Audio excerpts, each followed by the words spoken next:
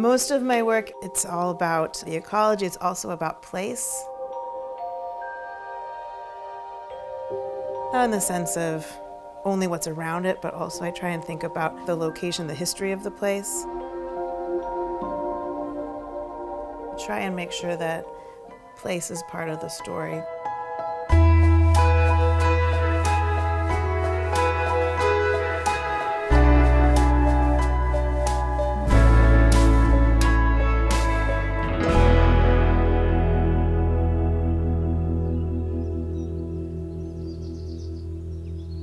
To walk into the western wilderness of the North Cascade Range is to become immersed. In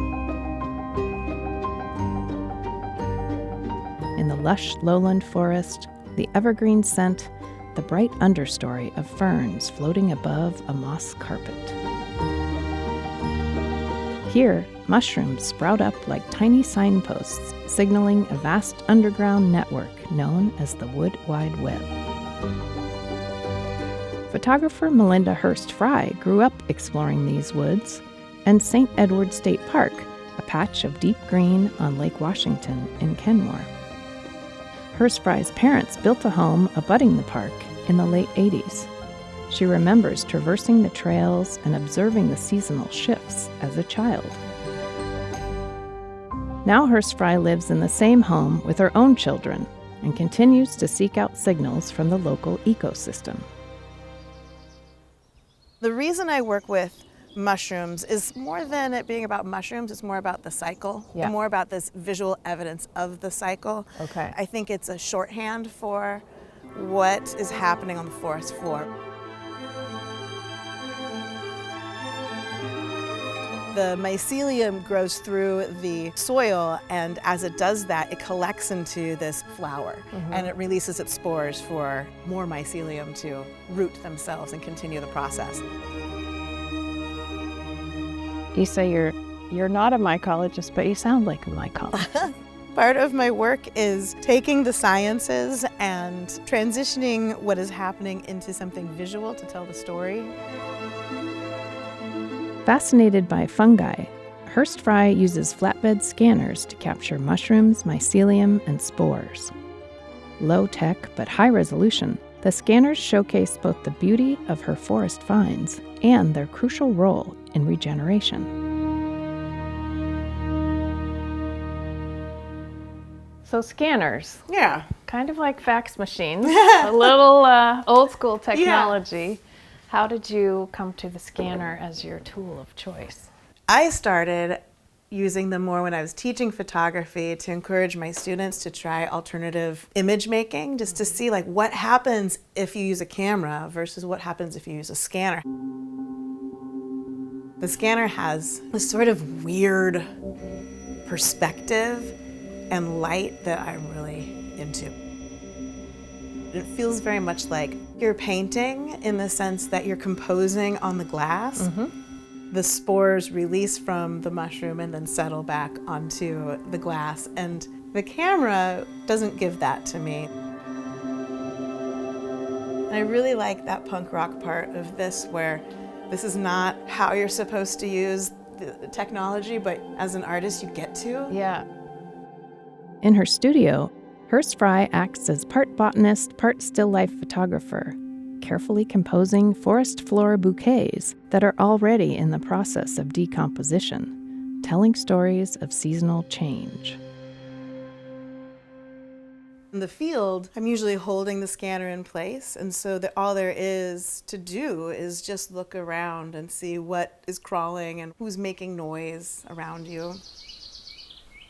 So you're just forced to look and just listen.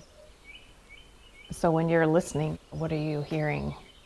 I'm hearing the relationships typically, and that's what I'm looking for. What relationships are there?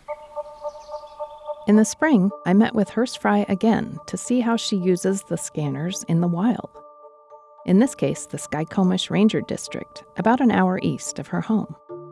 She's drawn to this area in the Cascade foothills because it's in the process of regeneration after a human-caused wildfire burned nearly 15,000 acres.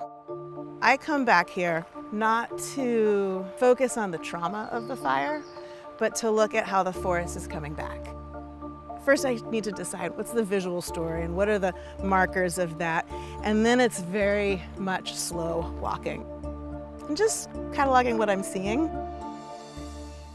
Scouting is an important part of Hurst Frye's process. She heads into the woods, stands still, and slows her mind. Like staring into a tide pool, tiny plants and creatures suddenly become apparent. She zooms in, looks closer, and chooses her spot. All right, what are we seeing around this stump? So this stump was probably logged 100 years ago, and all of this char is from the recent Bolt Creek fire. Okay. But it's still delivering its nutrients and recycling everything it has back into the soil to help all these big leaf maple seedlings grow, including this seedling. Oh, and there's another one. Oh, good. I love to see that. I'm going to put this up against this stump. Sometimes the scanners are okay with being at a little bit of an angle. Your job is going to be to hit scan. Okay.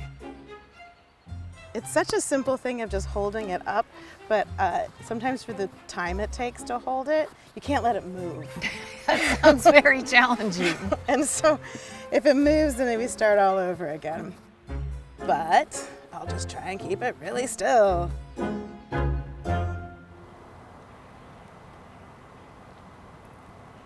The bar is moving across very slowly. I know, it takes forever. I hope this part gets sped up. You can't tell if it's centered, but we'll find out. And at this moment, I'm just going to take a few things out. So this guy can really be like a standalone little star in the middle. Okay, let's see if, as long as it's touching. It needs to be touching.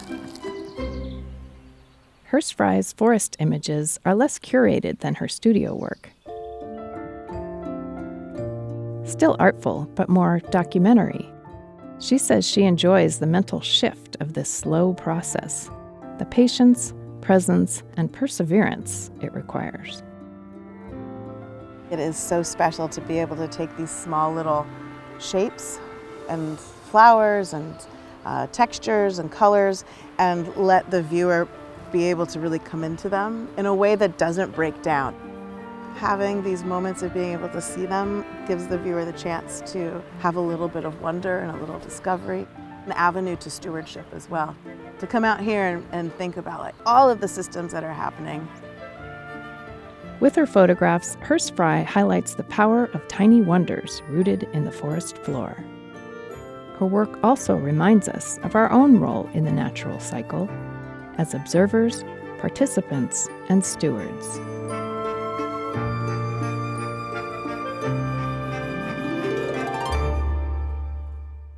Art by Northwest was made possible in part with the support of Visit Bellingham, Whatcom County.